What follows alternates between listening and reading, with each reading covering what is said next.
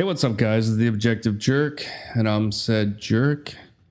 I just recorded a podcast, but as I was waiting for the video to process, I was just kind of going over some, I don't know if I was on Twitter or something, or X. And I came across an article, and I started reading it, and then I got to a point where I was like, oh my goodness, I don't know. So I felt like talking about it. And, I only got 2 more days before my time is up. So finish up my allotted time for my podcast. And then it's going to, beginning of the month, it's going to shift. And I'm going to have 6 hours or whatever it is. So got to use it up, right? Real quick, though, I was reading, I found the article on my phone, or it was like, I think it was on X, and then I clicked on a link and whatever. So then I got on the computer to find the article on the New York Post. And as I was looking, I came across an article. I just read the headline and whatever, but it just makes me feel grateful that I do not have a daughter. I mean, that sounds bad, but I don't think I could deal with having a daughter in, I don't know, in a world full of pig men, and I'm one of them, to be honest with you. I've always been respectful towards women and everything like that, but, I'm not a misogynist, but I'm not a feminist by any means. And, I appreciate an attractive woman, and I've been in one night stands, growing up, and looked at women as sex objects, or, I didn't care about trying to have a relationship. I just wanted to go to bed with them. So, I am guilty of that. So most men are dogs, we just are, but that doesn't make it right or normal. Just because it's maybe natural for men to just hump everything, spread their seed, that's one of the, I don't know how to say it right, but that God, that's the thing about being, marriage is a institution that was created by God, and it's meant as, because men are by nature horny, dirty dogs. But you get married and you respect your wife, you don't cheat on her, and that's the only person that you, even though you may have urges and whatever, this and that, trying to maintain that I can't think of the right word, but what is it? I don't know, but it's, long story short, dogs, men are dogs, right? So I was scrolling through, oh man, what is this? I was scrolling through the New York Post looking for this article, and then it went over, I don't have the thing I went over, but it showed a picture of Charlie Sheen's daughter that he had with that one actress, the one who was miscast in that James Bond movie. And the last thing I remember, obviously it was a while ago, but as you get older, time flies. They had their daughters were in strollers, so now I see this article, and it shows an attractive woman in like a bathing suit, and she says that she's made all this kind of money off of one picture on OnlyFans or something like that, and I'm just like, what the hell? I thought they were like kids, but I didn't think they were still in strollers, but I didn't realize they were that old. I mean, she could be just 18, who knows, but it just made me realize that I am very grateful that I don't have a daughter. I don't think I could handle it very well. You know what I mean? I would be one of those overprotective fathers. For sure. I don't know. I felt, I don't know. Obviously, if I had a daughter, it would be awesome. I'm sure I'd, love it. Me and my wife talk about adopting. a girl all the time. But man, I don't know. I'm very, I not too long ago went to a club here in the Philippines, and I wasn't the oldest person, but I was up there.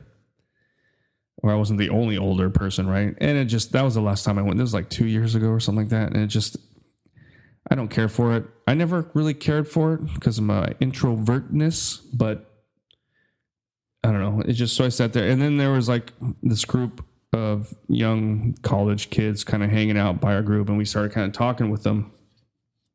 And there was one of them was this girl who and Filipinos look younger than they are, but this girl just looked so young.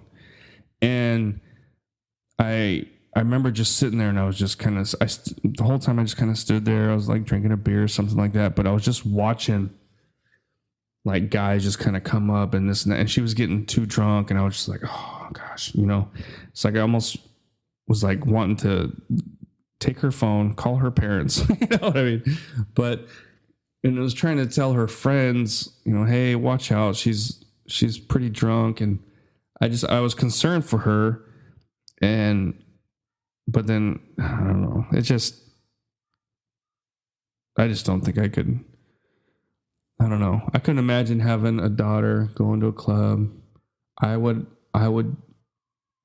okay, have a good time. And then I would go to the club, and I'd be sitting there in the parking lot with binos, making sure nobody was slipping her drinks or whatever, this and that. Anyway, yeah. So I would love having a daughter, but I'm grateful that I don't. Anyway, so, men can be douchebags, right? Women can be C words, cunts, right? I don't know if that's equivalent. I think C word's a little worse than douchebag, but there's this article that I was reading, and it just kind of made me think that, I don't know. I try not to pick on the LGB alphabet. I really try not to, but it's, you won't hear or see nothing like this, that side of the aisle, just proclaims how much better they are because they love everybody and they're nice, or they don't, women with women because they don't want to deal with a man, and, men can be aggressive, whatever, this and that. And so like that kind of, I guess I kind of get, whatever, but I just read this and I thought this was kind of crazy. So, and I didn't even realize it was a lesbian married couple. I thought it was just a dude and his wife. But then as I read it, I was like, oh crap. Okay. Anyway, so this is the title. Slain California fire captain pleaded for her life in chilling ring video as cops hunt alleged killer wife. I'm not going to play the video. So there's a picture here of them, and yeah, when you look at, like, when you first glimpse at the picture, it just looks like a dude and a woman, but then when you kind of look closer, you're like, okay, yeah, she's just, very butch woman, and she's the one that was the fire captain, right? Anyway, California fire captain who was stabbed to death inside her San Diego country home pleaded with her wife, quote, "I don't want to die," before the fatal attack, according to chilling ring camera footage.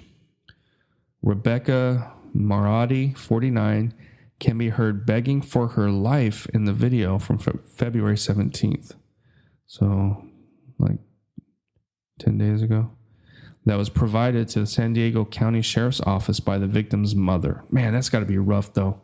Can you imagine watching the video of any loved one, but specifically, man, your child, and you just want to reach through the video, and that's got to be rough. Yeah, I don't know.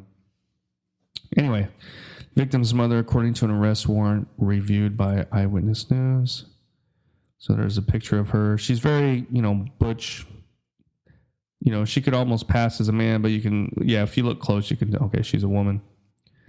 Anyway, in the footage, suspect Yolanda Olin, I can't pronounce it, 53, appears to be chasing her wife on the patio when a female voice believed to be Rebecca is heard yelling out, quote, "Yolanda, please, I don't want to die," end quote. The warrant from the San Diego County Sheriff's Office reportedly states Maradi, quote, reappears in the patio angle with what appears to be blood on her neck, end quote, according to the report. Her wife then replied, quote, "You should have thought about that before," end quote. The arrest warrant states Olean, I can't pronounce her last name, with apparent blood on her arms, was seen at one point standing in front of Rebecca with what appeared to be a knife in her right hand. Some 10 minutes later, the woman whose last name I can't pronounce is seen gathering pets, random items, and some luggage and loading it into the silver Chevy Equinox SUV. She later sent a text to a friend about Rebecca that read, "We had a big fight and I hurt her. I'm sorry." The video was provided by Maradi's mother to the San Diego County Sheriff's Office, who sent deputies to the couple's home on the evening of February 17th to investigate the reports of an assault with a deadly weapon.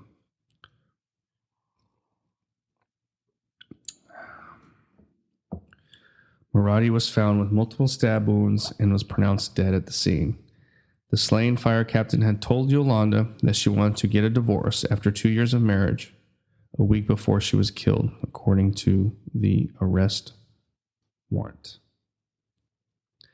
So this is where it kind of gets like, what the crap? Like, how do you, anyway, I don't know. I mean, I guess people make mistakes, forgive people, whatever, but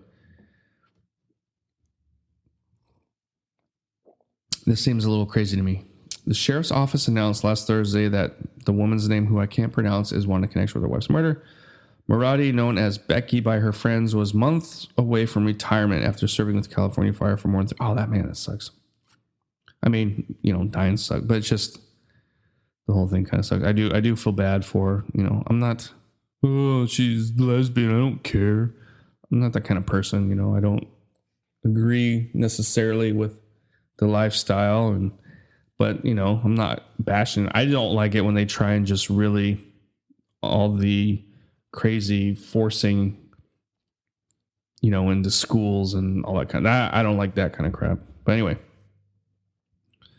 the woman's name, who I can't pronounce, is feared to have fled to Mexico after her vehicle with the license plate 8 Bravo Quebec Juliet 420 was spotted crossing the border by Homeland Security. Well, yeah, that's a pretty good assessment there, I guess. She is believed to be traveling with a small white dog. Well, I guess that, Anyway, here we go. So this is, I was I jumped ahead of myself there. But when I read this, I was like, what? Like, why would you? Okay. Olin Jizarako. I can't say her name. I don't know. It's not Hispanic or anything. I think it's like, it sounds like it's, Russian or Ukrainian or something. Anyway, she previously served time in prison after fatally stabbing her previous partner more than 2 decades ago in San Bernardino County. So this woman stabbed and killed her lover before, and this fire captain, I don't know. So she was convicted of voluntary manslaughter in 2003 for killing of James, so it was a guy, her husband at the time, but was released in 2013 according to a spokesperson from the blah, blah, blah. So it's like, I don't know. I don't know. It just seems like, okay, she had to have known, right? The fire captain, God rest her soul. I feel bad for her. But like, her history, and maybe even though she's like, oh my gosh, he was abusive and this and that, I was protecting myself, she's still capable of it, So it just, I don't know. I mean, it's easy to sit here behind a computer and oh, I would do this, I would do that. It just seems a little crazy to me. Like I was very like, I felt bad, and I still do, and I was just like, oh, it's messed up, you know. But then when I read that, I'm like, what the crap, dude? Why did you marry like that? I don't know. I mean, people change, people make mistakes, you know. There's thousands and thousands of people that, you know, technically manslaughter killed somebody, but they never did it again. It was an accident or it was a one-time thing, you know. Doesn't mean that they're going to just kill everybody, but still, it's like, it's got to be, it just seems kind of crazy to me. I don't know. What do you think? Like, that's insane. I'm only at 15 minutes and I read it already. I feel bad for her though, man. That's always kind of, I don't know, that's like execution and stuff like that when they're pleading is always kind of like a little heart wrenching, I guess you could say, you know. Like I got a pretty good stomach and I can tolerate a lot of things more than some people, I guess. I've seen some stuff. But when you see like when somebody's like tied up and can't fight back and they're getting executed, like that always kind of, I don't know. Like that kind of bugs me for some reason. But let's see. Well, still got a few minutes. So I guess I will see what else is on the New York Post while I'm here. Just read some headlines, I guess. U.S. news. Maybe, I don't know. Should we do no, I don't want to do politics. Fiery rampage. Preppy Princeton murder suspect set cat on fire after killing brother with knife in golf club. What? Set the cat on fire. I mean, cats can be frustrating and annoying, but geez. All right, I'm going to read this real quick. Sorry. So I read the headline already. Let's see. The preppy Princeton, New Jersey man who allegedly killed his younger brother in the family's upscale apartment also set the family cat on fire during the attack, a law enforcement source told the Post. Well, I wonder if the attack or if the cat was close with his brother and was kind of trying to defend him and was like jumping on him and clawing him, and he was like, you know, it was gruesome. It was way overboard. He even killed the cat, setting him on fire. So the cop source at the scene. And they got a picture of him with a cat toy. Okay. Oh, wait, was that his brother?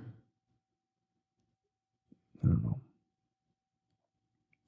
Police entered the Michelle Muse apartment complex where units fetched upward of $2 million.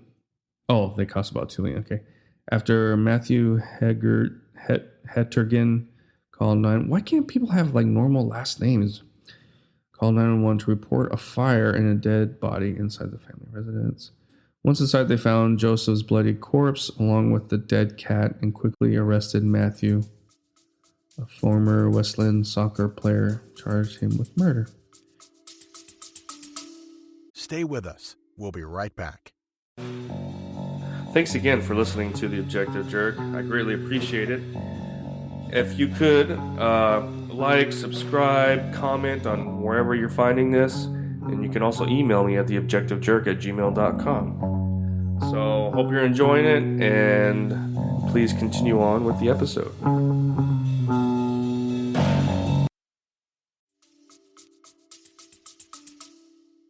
The brutality of the homicide and in an Ivy League town shocked most detectives.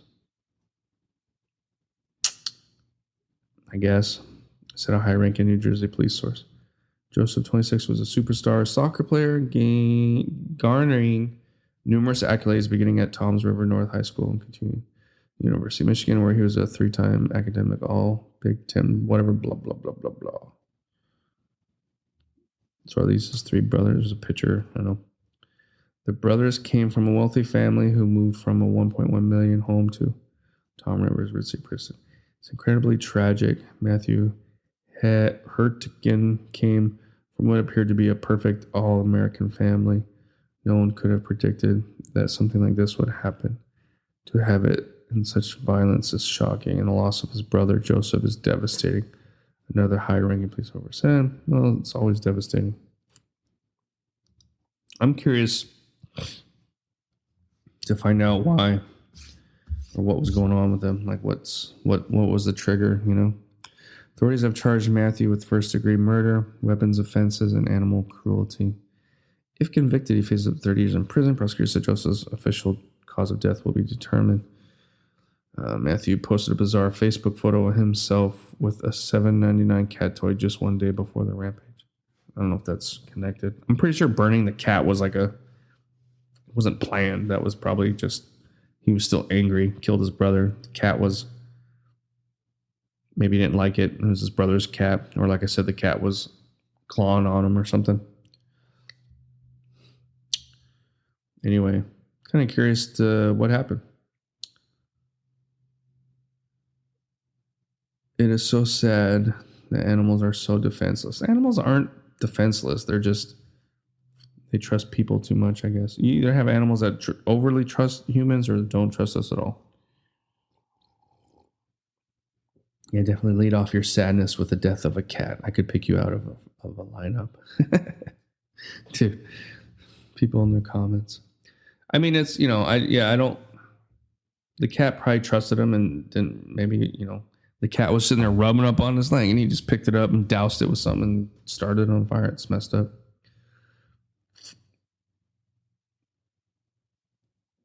Oh, wait, where am I at? Let's see how much time.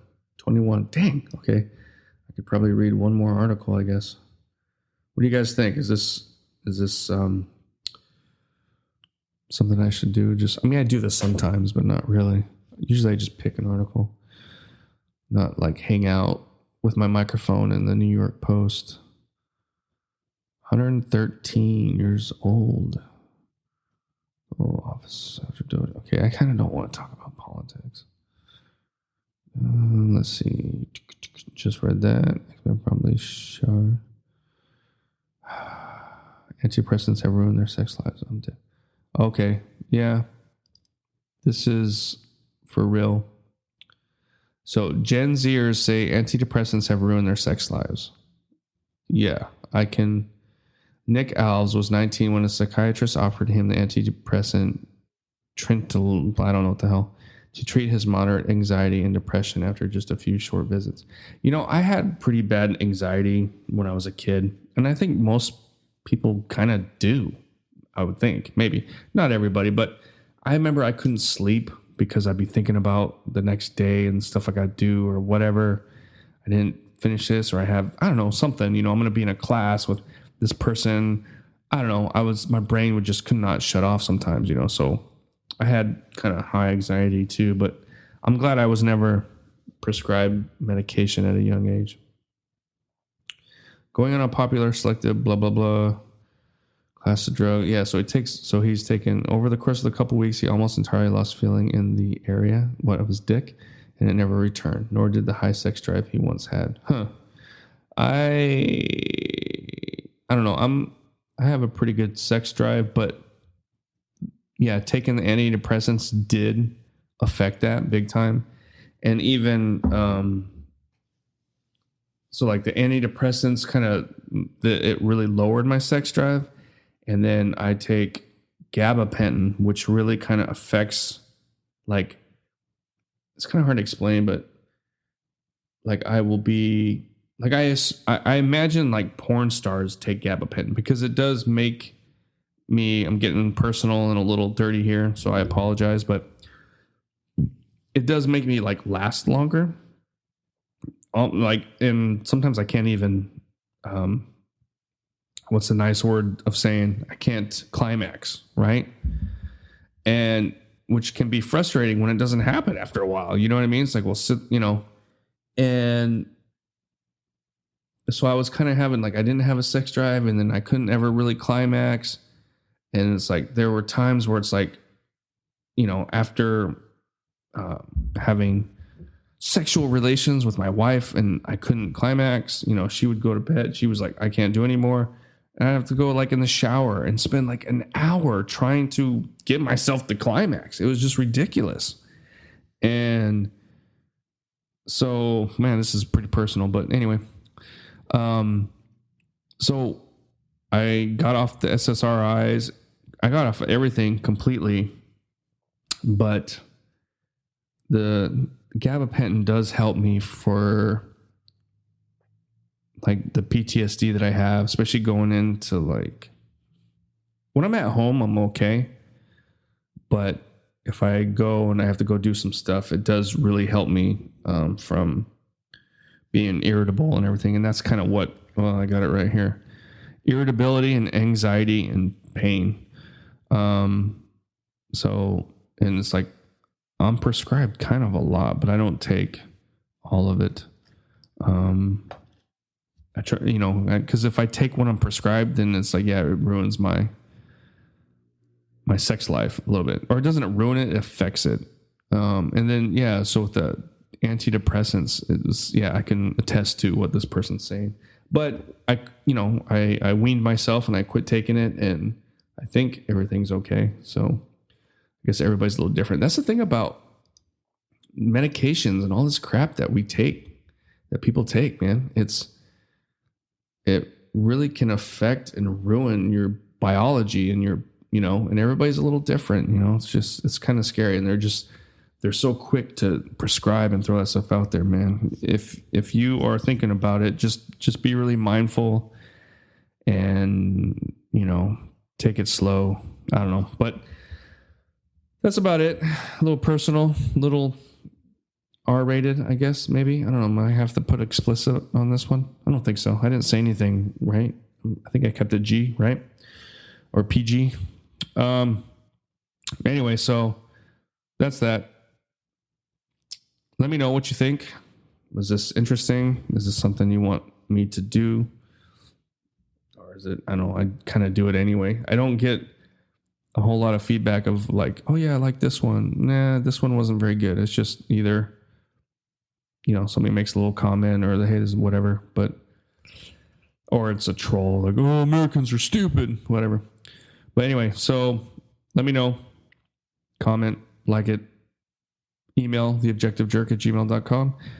And thanks for hanging out. I'll see you guys next time. God bless, and God bless. All right, bye. You just put yourself through another episode of The Objective Jerk.